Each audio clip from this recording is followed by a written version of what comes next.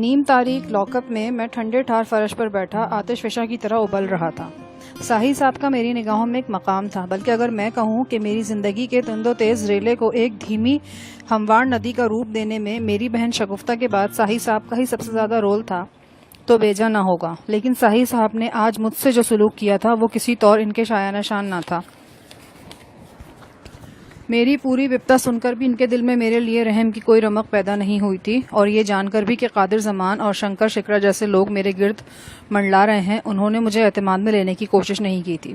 موقع ملتے ہی انہوں نے مجھے بے دست و پا کیا تھا اور اس تاریخ حوالات میں پہنچا دیا تھا۔ میرا خیال تھا جب وہ پہلی مرتبہ مینیجر حسنین سے ملنے کمرے سے نکلے تھے تو اسے کوئی اشارہ دے کر آ گئے تھے۔ نتیجے میں پولیس موقع پر پہنچ گئی اور جب میں کمرے سے نکلا تو مجھے دھر لیا گیا۔ لیکن اب ایک بات مجھے الجھن میں مبتلا کر رہی تھی۔ کمرے کے باہر مجھے دبوچنے والے سادہ پوش مقامی نہیں تھے، وہ سب کے سب میاں والی کی طرف کے اونچے لمبے ڈھول سپاہی تھے، اور بوقت گرفتاری انہوں نے مجھے جن گالیوں سے نوازا تھا وہ بھی غیر مقامی لب و لہجے میں تھیں۔ گرفتاری کے وقت اور پھر گاڑی میں میرے ساتھ کافی مار پیٹ بھی کی گئی تھی اور میرا گریبان ادھڑ چکا تھا اور چہرے پر گہرے نیل تھے۔ میں اس تاریخ لاک اپ میں تقریباً 2 گھنٹے بند رہا۔ اس دوران کوئی انسانی صورت دکھائی نہ دی، نہ کوئی آہٹ آواز کانوں سے ٹکرائی۔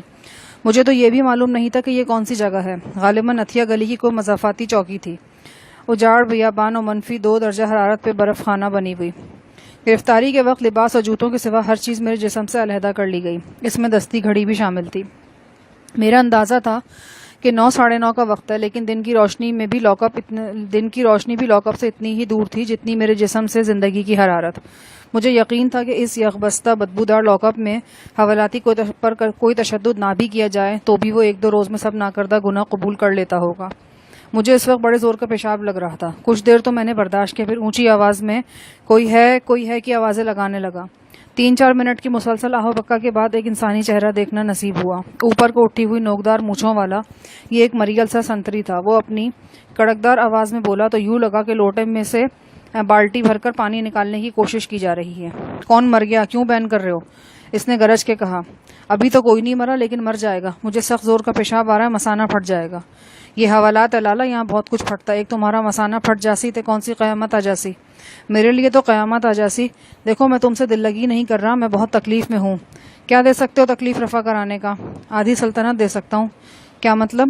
فی الحال تو دعائیں دے سکتا ہوں، ضمانت ہوگی تو جو کہو گے دے دوں گا۔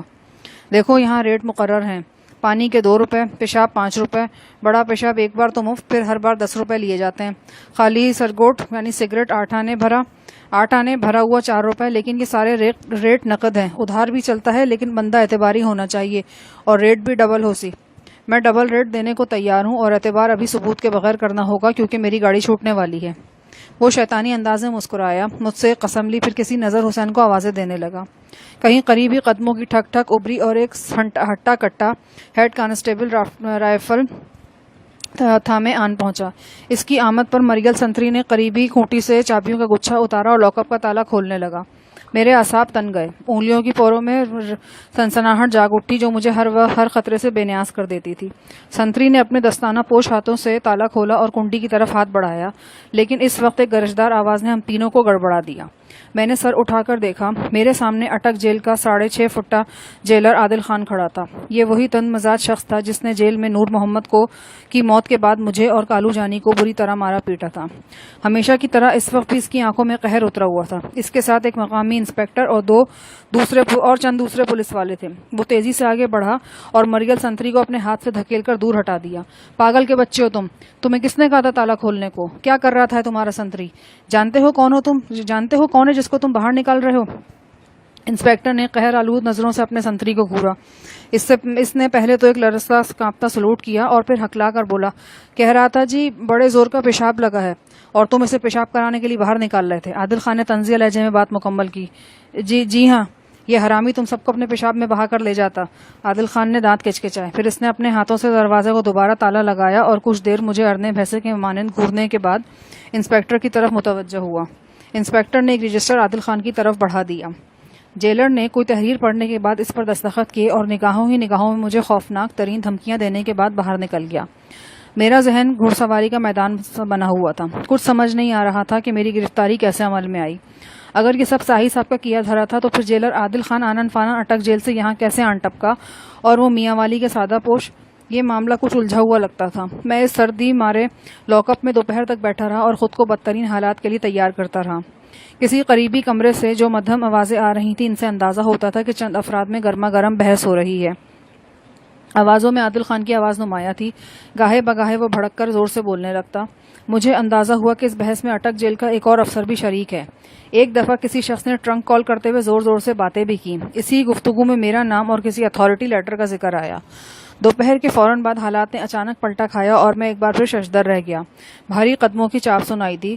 مقامی پولیس انسپکٹر سمیت 3-4 افراد اندر داخل ہوئے۔ ان میں ساہی صاحب بھی تھے۔ وہ اس وقت پینٹ کوٹ میں ملوث تھے۔ ان کی آنکھوں میں مجھے اپنے لیے بڑی اپنائیت محسوس ہوئی۔ لاغر سنتری نے لپک کر میرے قفس کا دروازہ کھولا اور میں پھڑپڑا کر باہر نکل آیا۔